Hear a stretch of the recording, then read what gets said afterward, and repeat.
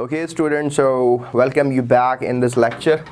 आज हम chemical equilibrium की बात करेंगे chapter number 8. In my previous lecture I let you know about what chemical equilibrium is. और आज का हमारा टॉपिक होगा state of chemical equilibrium, right? State of chemical equilibrium. Students, if we just think about this state of chemical equilibrium, we always try to understand what chemical equilibrium is. यानी हम अगर जानना चाहते हैं कि chemical equilibrium state क्या है, तो we just need to understand first chemical equilibrium, right? Chemical equilibrium ये होता है कि if the chemicals are in equal proportions, ठीक है, केमिकल्स अगर एक ही कंसंट्रेशंस में हों, एक ही तादाद में हों, एक ही मैसी हों, तो you can just use the word chemical equilibrium from them. We got matter in a three state, solid, liquid, gas. लेकिन यहाँ पे अभी आपको समझाने के लिए I'm gonna talk about gaseous phase of the matter, right? और मैं आपसे एक कंडीशन की बात करता हूँ ताकि मैं आपको समझा सकूँ what is chemical equilibrium state. जैसे स्टूडेंट्स आप देखते हैं कि ग्राफिकल रिप्रेजेंटेशन जब होती है किसी भी डाटे की, तो we got some y axis and some x axis.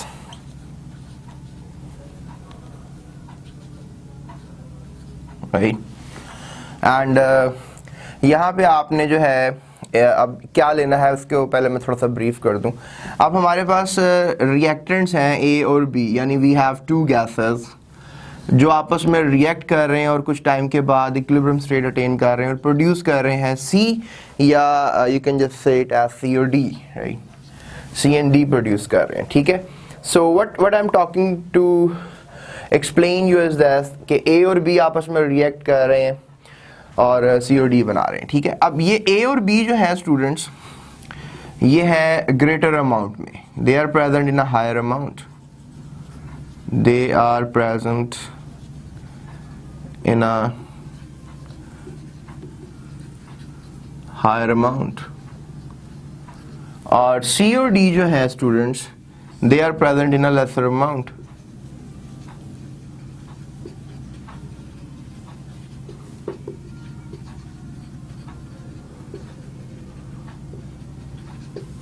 ठीक है.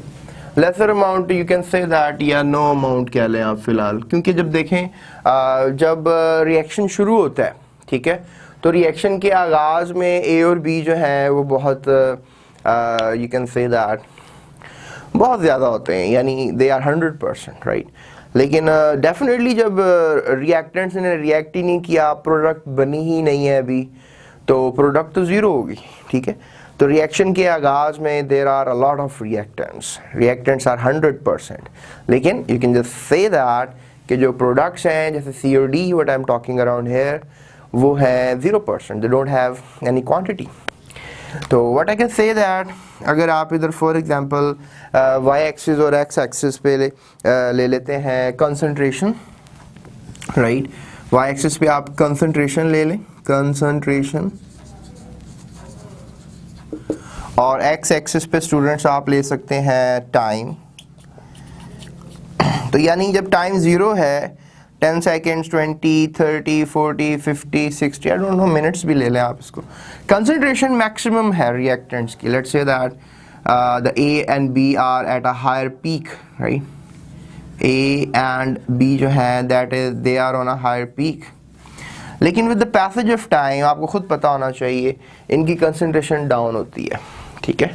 क्यों डाउन होती है? क्योंकि डेफिनेटली जब रिएक्टेंट्स रिएक्ट करते हैं तो डेफिनेटली 100% तो नहीं रहेंगे ना, they gonna forward their self as a products.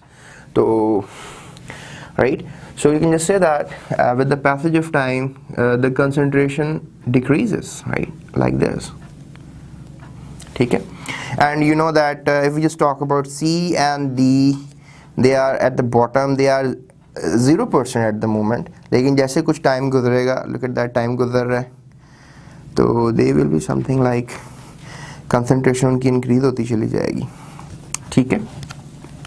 लेकिन कुछ देर के बाद यू कैन से दैट एक लाइन स्ट्रेट हो जाएगी, यानी टाइम तो गुजरता जा रहा है लेकिन कंसंट्रेशन इंक्रीज नहीं हो रही, ठीक है। कंसंट्रेशन का रेट क्या हो जाएगा, कांस्टेंट हो जाएगा, ठीक है।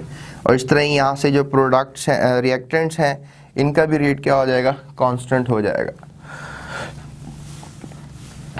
सो आपको ये एक पैराबोला टाइप यू कैन से एक ग्राफ नज़र आएगा दैट लिटरली सेज कि जो रेट है हमारे पास रिएक्टेंट्स का और जो रेट है हमारे पास प्रोडक्ट्स का, अब वो क्या हो गया हुआ है, वो राउंड अबाउट अब कांस्टेंट हो गया हुआ है, ठीक है। This rate is constant, constant for the reactants and constant for the products. यानी 100% रिएक्टेंट से टाइम गुजरने के बाद, लेट्स से दैट कितना टाइम गुजर गया है, let's say that, let's say it over here, look at this, 10 seconds, 20 seconds, 30 seconds, 40 seconds, 50 seconds, 45 seconds, right? यानी 45 seconds के बाद the amount of reactants is something like this and amount of products are something like this and they're constant, they're not going to change.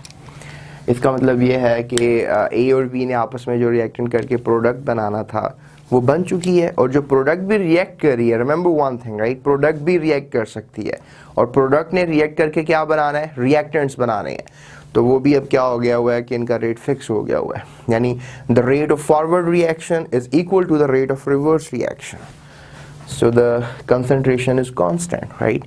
तो that makes a sense. अब यहाँ पे आप एक example ले लें, let's just take an example around here, ताकि ये बात टोटली क्लियर हो जाए आप सबको, ठीक है। लेट्स टेक एन एग्जांपल, और बिल्कुल यही ग्राफ होगा उस एग्जांपल के लिए भी। Let's say that we got some hydrogen gas in a beaker, right, and let's take something like you can just say that take iodine vapours, right. ये दोनों आपस में रिएक्ट करेंगे तो हाइड्रोजन आयोडाइड बन जाएगा, 2 mole is going to be the balance, 2 mole for the balanced chemical equation. तो अब what I'm talking around here is that जो reactants हैं, they are something like they have some concentration at the beginning, they are 100% and they are nothing at the beginning, right? क्योंकि they haven't been produced, वो बने ही नहीं है। लेकिन after some time, let's say that after 45 seconds क्या होता है कि आयोडीन के मॉलिक्यूल्स और हाइड्रोजन गैस के मॉलिक्यूल्स वो उनकी वैल्यू और हाइड्रोजन आयोडाइड जो उनके रिएक्ट करने से बन रहा है उसकी वैल्यू कांस्टेंट हो जाती है। कैसे? अब ये दोनों आपस में रिएक्ट कर रहे हैं और ये हाइड्रोजन आयोडाइड बना रहे हैं, राइट। और हाइड्रोजन आयोडाइड डिकम्पोज हो रहा है, वो टूट रहा है और वो बना रहा है hydrogen gas and iodine vapours again. तो you can say that equilibrium is being attained. जब कंसंट्रेशन कांस्टेंट हो जाती है यानी रिएक्टेंट्स की और प्रोडक्ट्स की, तो फिर आप कहते हो इक्विलिब्रियम आ चुका हुआ है, ठीक है। तो यहाँ पर भी वही ग्राफ आप बनाएंगे यही वाला कि यहाँ पर हमारे पास ए और बी क्या है, they are something like hydrogen gas and iodine molecule, right.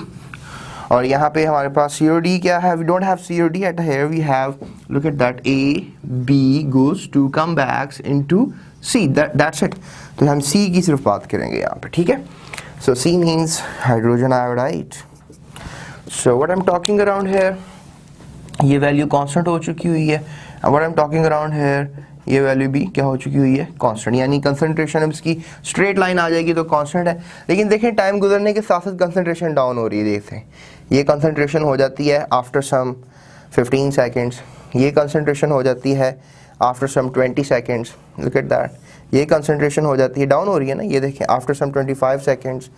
और यहाँ पर देखें, आप इसको देखें तो कंसंट्रेशन इंक्रीज हो रही है टाइम गुजरने के साथ। ये देखें कंसंट्रेशन इंक्रीज हो गई ना with something like 11 seconds, look at that concentration increase होगी with some 15 seconds.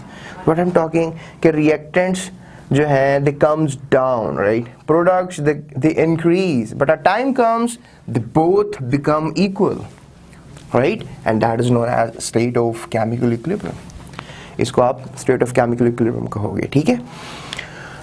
Hope so. I have given you an idea about how a chemical equilibrium takes place, and in my next lecture I'm going to let you know about law of mass action.